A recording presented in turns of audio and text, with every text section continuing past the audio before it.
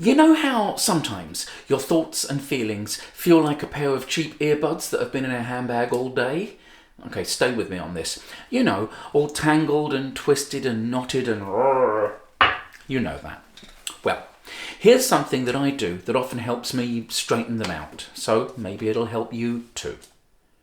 Flannery O'Connor said, "I write to discover what I know." So, when you're feeling crappy, get out your notebook and pen. Don't plan too much what you're going to write, just start and see what comes out. Getting feelings out of your head onto a page or a screen forces them to become formalized ideas. In moving through your pen or your keyboard, your feelings have to reconstruct themselves from interior emotions to exterior declarations. And once they're out in front of you in words, they have to abide by new rules. They have to make a bit more sense. And often it's at this point that you realize that they, well, don't. By molding emotion into language, you force clarity. Anyone who's been in therapy will be familiar with this. You're telling your therapist about something that upset you or scared you, and as you're describing it to them, you find yourself saying something like, "Well, of course, I know this seems silly now." Now, don't get me wrong. I'm not diminishing any of these heavy, dark feelings by saying that they sometimes seem silly. Things that seem silly can still be completely awful. Just look at Nigel Farage. Actually, do not do that. But writing down how you feel gives you a useful angle of attack. It lets you use a different part of your brain to examine how you feel. Sometimes, as you write, you might feel the pain evaporate. Alternatively, you might conclude that actually you're right to be feeling how you're feeling. And when this happens, it's not fun, but at least you can feel a bit better about feeling bad, if that makes sense. Either way, writing things down is a way to get a clearer understanding of your emotions. And when mental health often makes you feel confused and scared, it can be a simple and valuable way to even the odds. Some people like to journal every day, and for sure, there's a lot to be said for developing positive, regular habits like that. For me, I tend to just do it when I feel like it or when I feel it might help. I write a lot anyway, so it ends up being fairly regular.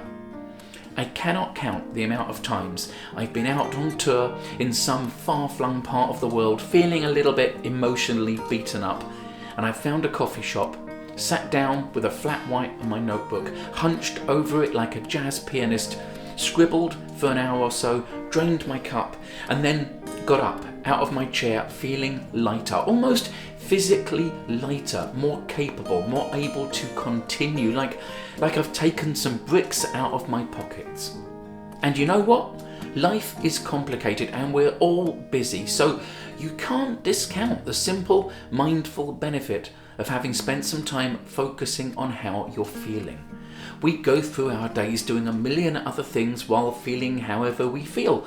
It's an incredibly positive and empowering decision to spend a little time sitting somewhere comfortable, getting your notebook out and telling it what the weather is like inside your head. And if you like, you can buy a special pen and notebook too. I am giving you permission. It's the one unifying thing that everyone in the world loves to do, right? Now, nothing replaces seeking good, qualified medical treatment for mental illness, which I have also done. But next time you're feeling crappy, give writing a try. Nothing works for everyone, but like I said, it works for me, so maybe it'll work for you. And then, when you've filled a few pages, you can close the notebook and put it away. And some of the worries and fears, having been forced to become words, stay between its covers rather than rattling around inside that head of yours. Then you can go and get a sandwich and congratulate yourself for doing a self-care. Thanks for watching, I hope you enjoyed that. If you did, then subscribing to this channel, sharing the video, clicking like and leaving a comment all really helps more creators like me reach more people, so thanks in advance for doing that. And if you want to come and see what I really do, then come and see me live. I'm taking my full one-man show to the Edinburgh Fringe and then doing a few dates with it in London. There's a link to mattricardo.com/live under this video where you can find out more and book tickets. All of my videos are helped enormously by my supporters over on Patreon, so a big thanks to all of them for that. There's a link below to my Patreon if you're interested in joining them. Thanks again. I'll see you next time. Now go get that sandwich.